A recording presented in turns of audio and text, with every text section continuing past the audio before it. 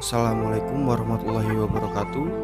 Alhamdulillah, puji syukur kehadirat Allah Subhanahu wa Ta'ala, karena berkat rahmat dan hidayahnya kita masih diberikan sehat untuk bisa menimba ilmu pada kesempatan kali ini. Tak lupa sholawat serta salam kita haturkan kepada junjungan kita Nabi Agung Muhammad SAW, yang syafaatnya kita tunggu-tunggu di yaumul kiamah nanti. Amin. Tak lupa juga saya ucapkan banyak terima kasih kepada Bapak Muhammad Halis Ilmi STMeng selaku dosen perancangan jaringan irigasi yang telah mendidik dan memberikan kami ilmu yang sangat bermanfaat. Pada kesempatan kali ini kita akan membahas 3 hal. Yang pertama adalah pembahasan untuk modal awal pengerjaan perancangan layout dan skema jaringan irigasi. Yang kedua adalah tahap-tahap dan tata cara perancangan layout jaringan irigasi. Dan yang ketiga adalah tahap-tahap dan tata cara perancangan skema jaringan irigasi. Oke, sekarang kita masuk ke pembahasan yang pertama untuk modal perencanaan layout dan jaringan irigasi. Irigasi adalah usaha penyediaan, pengaturan, dan pembuangan air irigasi untuk menunjang kegiatan pertanian yang sejenisnya, meliputi irigasi air permukaan, irigasi rawa, irigasi bawah tanah, irigasi pompa atau air tanah, dan irigasi sprinkler. Daerah irigasi adalah kesatuan lahan yang mendapat air dari satu jaringan irigasi. Jaringan irigasi adalah saluran, bangunan, dan bangunan pelengkapnya yang merupakan satu kesatuan yang diperlukan untuk penyediaan, pembagian, pemberian, penggunaan, dan pembuangan air irigasi. Sedangkan rawa adalah suatu daerah yang tergenang air sepanjang waktu atau sementara akibat drainase yang tidak berfungsi. Skema adalah gambar, sketsa yang menggambarkan atau menunjukkan jumlah bangunan bagi atau sadap, luas tiap petak tersier, luas saluran sekunder atau primer, letak bangunan pengambilan, serta panjang dan debit saluran. Skema bangunan adalah gambar sketsa jumlah saluran bangunan yang ada pada daerah irigasi tersebut. Sedangkan peta ikhtisar adalah peta pembagian petak yang merupakan pembesaran dari peta-peta. Bangunan utama adalah bangunan pengambilan atau penampungan air yang berfungsi menyadap air pada sumbernya yang digunakan untuk irigasi seperti bendungan, bendung, free intake, dan stasiun pompa.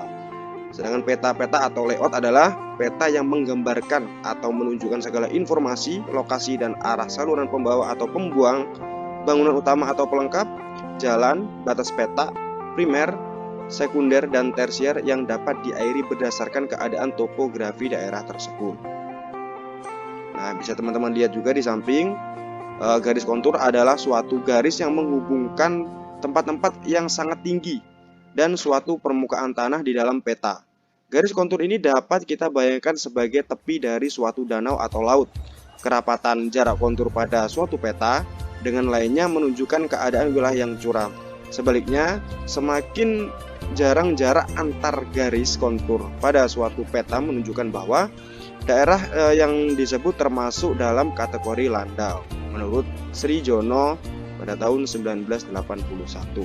Peta kontur adalah jenis peta yang menggunakan garis kontur untuk menggambarkan ketinggian suatu tempat di permukaan air. Nah, ini teman-teman bisa lihat juga sungai atau lembah ini bisa terlihat di gambar garis kontur yang merupai huruf V berurutan menunjukkan sungai atau lembah. Sedangkan untuk perbukitan atau gundukan, garis kontur yang menyerupai huruf U berurutan menunjukkan perbukitan atau gundukan atau pegunungan atau daerah yang menanjak. Nah, untuk batas-batas luas, untuk ukuran petak tersier ini dari 50 sampai 75 hektar are. Sedangkan untuk ukuran petak kuarter 8 sampai 15 hektar are dan seterusnya. Sampai di batas peta ini sebisa mungkin satu petak berada dalam satu wilayah administratif.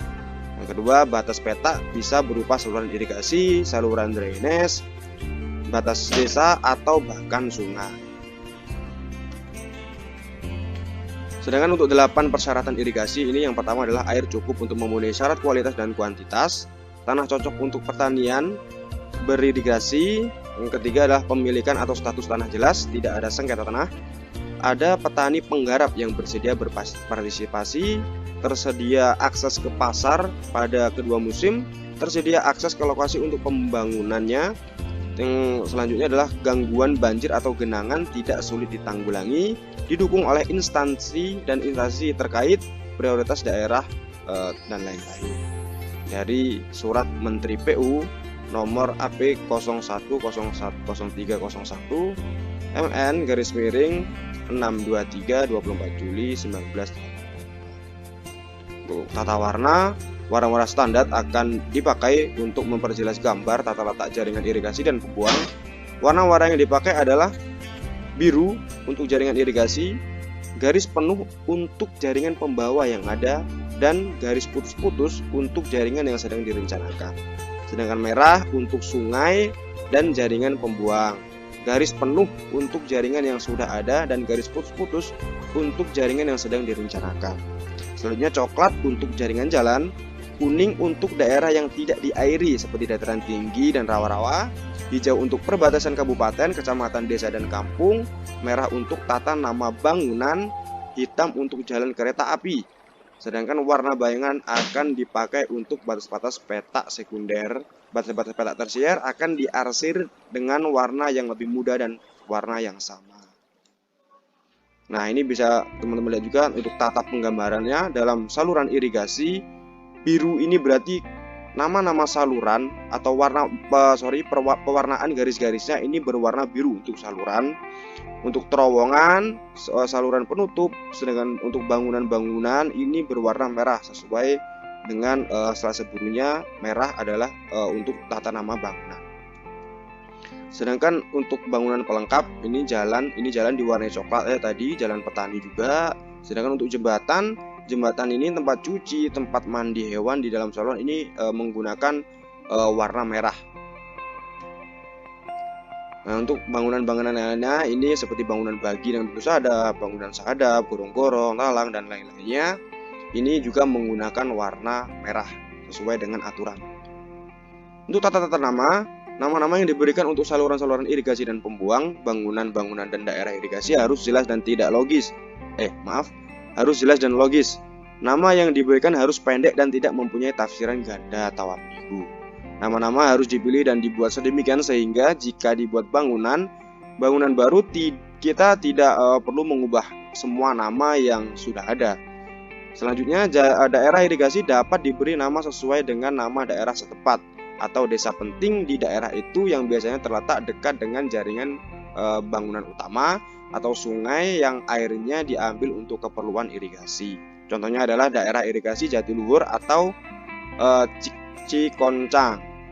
Selanjutnya, untuk pemberian nama-nama bangunan utama berlaku peraturan yang sama seperti untuk daerah irigasi, misalnya Bendung Elak Cikoncang melayani DI daerah Cikoncang. Saluran irigasi primer sebaiknya diberi nama sesuai dengan daerah irigasi yang dilayani. Contohnya saluran primer Makawa. Selanjutnya, saluran sekunder sering diberi nama sesuai dengan nama desa yang terletak di petak sekunder. Petak sekunder akan diberi nama sesuai dengan nama saluran sekundernya. Sebagai contoh, saluran sekunder Sambak mengambil nama desa Sambak yang terletak di petak sekunder Sambak. Selanjutnya, bangunan utama, bendung, rumah pompa, pengambilan bebas diberi nama dengan nama kampung atau daerah terdekat daerah irigasi. Atau nama sungai yang disadap airnya dengan nomor kode 0. Saluran induk diberi nama sesuai dengan nama sungainya atau nama kampung terdekat dengan diberi indeks 123 dan seterusnya yang menyatakan ruas salurannya. Saluran sekunder diberi nama sesuai dengan nama kampung, desa, atau kota terdekat.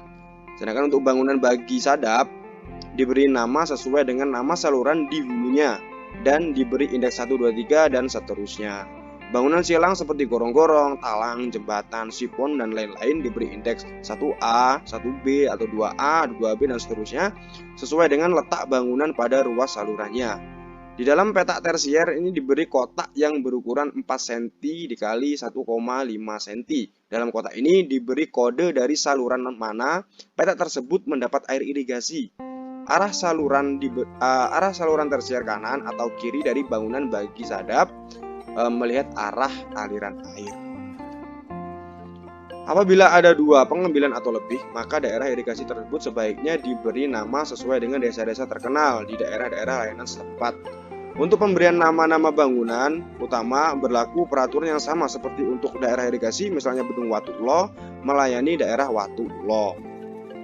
Saluran irigasi primer sebaiknya diberi nama sesuai dengan daerah irigasi yang dilayani. Contoh saluran primer Makawa. Saluran irigasi primer sebaiknya diberi nama sesuai dengan daerah irigasi yang dilayani. Contoh saluran primer Watulo. Saluran sekunder sering diberi nama sesuai dengan nama desa yang terletak di petak sekunder. Petak sekunder akan diberi nama sesuai dengan nama saluran sekundernya. Contoh saluran sekunder Watulo mengambil nama desa Watulo yang terletak di petak sekunder Watulo. Nama petak tersier diberi nama sesuai bangunan sadap tersier dan jaringan utama. Untuk komponen-komponen jaringan irigasi, yang pertama adalah bangunan utama, bangunan bagi, bangunan sadap, bangunan ukur, bangunan pelengkap, saluran pembawa, dan saluran pembuang. Nah, untuk bangunan utama ini terdiri dari waduk, bendung, stasiun pompa, dan bangunan pengambilan bebas. Sedangkan untuk bangunan bagi, bangunan pada saluran primer yang membagi air ke saluran sekunder atau dari saluran sekunder ke saluran tersier. Nah, untuk bangunan bagi ini juga terdiri dari pintu pembagi dan bangunan ukur, pintu dari besi atau kayu, dan pengatur tinggi muka air dari balok kayu. Untuk bangunan sadap, bangunan yang langsung mengambil air dari saluran induk atau sekunder untuk ke petak tersier. Bangunan sadap dapat berupa alat ukur seperti romi, kram de griter. Sadap tersier yang langsung dari saluran induk berupa pipa dengan diameter tertentu sesuai debit yang diharapkan. Untuk bangunan ukur, alat ukur ambang lebar, mulut di dalamnya juga terdapat mulut permukaan yang dibulatkan, pemasukan bermuka datar dan peralihan penyempitan. Alat ukur remjin, alat ukur Sipoleti, dan alat ukur kram de griter, alat ukur parsal. Untuk bangunan pelengkap ada bangunan terjun, got miring, bangunan melimpah, talang, sipon, gorong-gorong, jembatan, dan lain-lain. Sedangkan untuk saluran pembawa ini saluran induk, sekunder, saluran sekunder, saluran tersier, saluran kuarter, konstitusi saluran pemasangan, dan lain-lain. Dan yang terakhir ini adalah saluran pembuang. Ini saluran pembuang ini ada saluran pembuang primer, ada saluran pembuang dari saluran sekunder, saluran pembuang dari saluran tersier, dan saluran pembuang dari saluran kuarter. Oke, saya rasa saya cukupkan karena untuk layout jaringan irigasi akan dibahas pada pembahasan kedua. Oke, sekarang kita masuk di tahap yang kedua, yaitu tata cara dan tahap-tahap dalam merencanakan layout jaringan irigasi. Nah, hal pertama yang tentunya harus teman-teman lakukan ketika mau merencanakan layout jaringan irigasi, teman-teman harus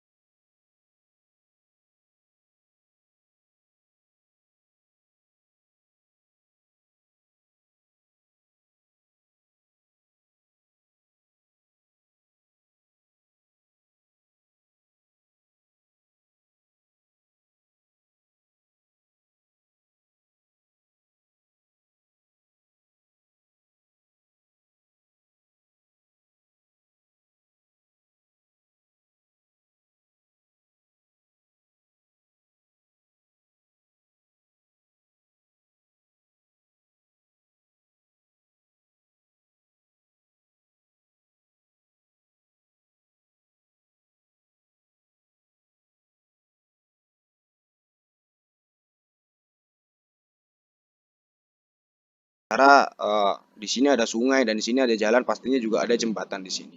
Di sini juga ada jembatan lagi. Ini dikarenakan karena aliran air melewati jalan, ini juga ada gorong-gorong di bawahnya. Ada gorong-gorongnya lalu diberikan ke jembatan. Jangan lupa untuk selalu memberikan keterangan gambar agar pembaca bisa lebih mudah memahami.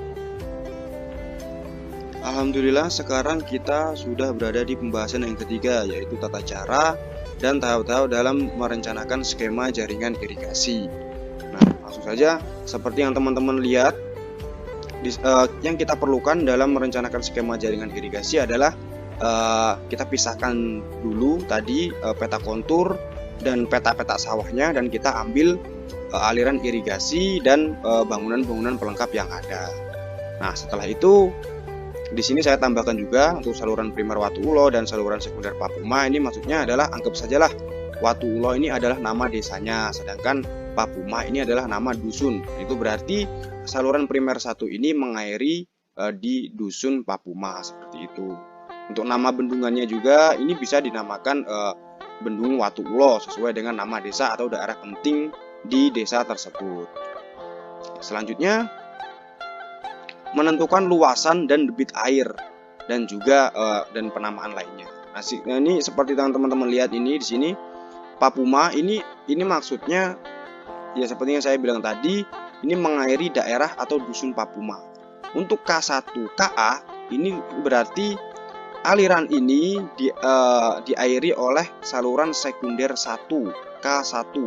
Sedangkan KA ini berarti kanan, sedangkan KI adalah kiri. Untuk luas petak sawahnya dan debit airnya ini sesuai dengan judul kita, perencanaan jaringan irigasi, artinya teman-teman bisa merencanakan sendiri. Walaupun toh untuk debit airan ini sebenarnya ada perhitungannya, tapi karena ini hanyalah perencanaan, teman-teman bisa merencanakan sendiri. Itu. Dan selanjutnya setelah ini kita harus mencari kebutuhan air dari saluran sekunder 1 ini. Nah, seperti yang teman-teman lihat, untuk nilai A sama dengan 612 hektar are, ini didapat dari total atau jumlah semua petak yang diairi oleh SK1. Nah, 80 ditambah 79 ditambah 78 dan 77 dan seterusnya, didapatlah A sama dengan 612 hektar are. Nah, sama seperti yang untuk yang di bawah ini untuk SK2 ini berarti semua yang diairi oleh SK2.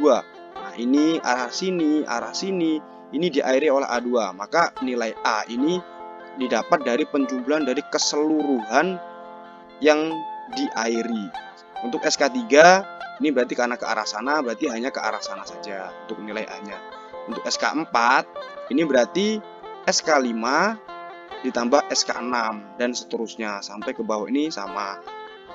Nah, sedangkan untuk saluran primer ini nilai A-nya karena dia mengairi semuanya, maka nilai A ini didapat dari penjumlahan dari total semuanya. Nah, sedangkan Q ini adalah debit air yang dibutuhkan untuk mengairi seluruh petak sawah yang ada. Untuk mencari nilai Q ini saya akan membuatkan video terpisah karena berkasnya ada di Excel.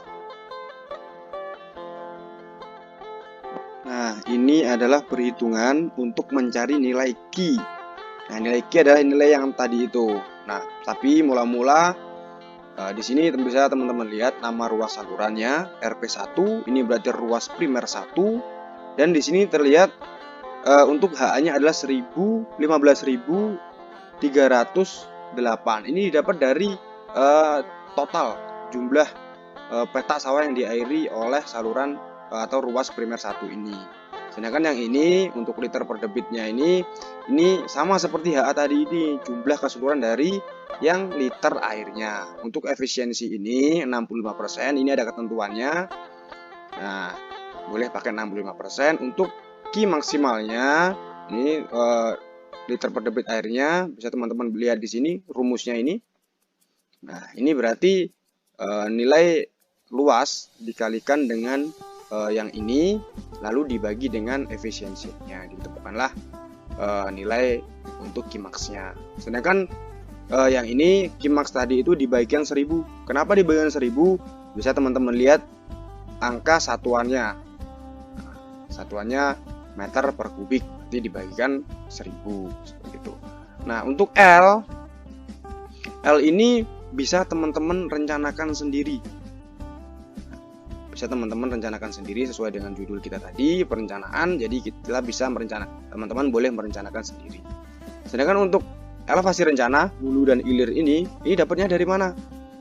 Nah, bisa teman-teman lihat di sini. Untuk ruas primer 1, untuk ruas saluran primer 1 ini berarti ada di elevasi hulunya ada di elevasi 100, sekian dan ini hilir, ini hulu. Nah, sedangkan hulunya ada di 104, sekian. Coba kita cek.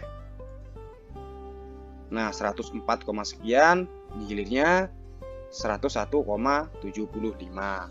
Nah, untuk ini catatan ya untuk teman-teman, karena saya menganggap teman-teman semua sudah mahir Excel, sudah bisa membaca Excel. Jadi saya percepat saja tanpa menjelaskan rumus-rumus. Sebenarnya ada rumus-rumus di bawah ini, tapi saya rasa dengan ini sudah cukup karena teman-teman bisa membacanya sendiri. Oke, next. Nah, di sini untuk B ini 1,5. Nah, bisa lihat teman-teman lihat di sini. Nilai B, nilai H, nilai B, ini nilai H. Kenapa berbeda? Karena ingat yang paling pertama adalah RP1, ruas primer 1. Berarti ini saluran primer.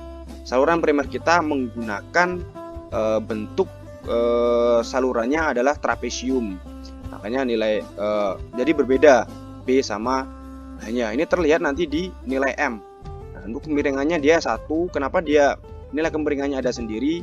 Bisa teman-teman lihat. Nah, untuk saluran trapesium ini pastinya kan miring. Sedangkan untuk yang persegi tidak mempunyai kemiringan seperti itu.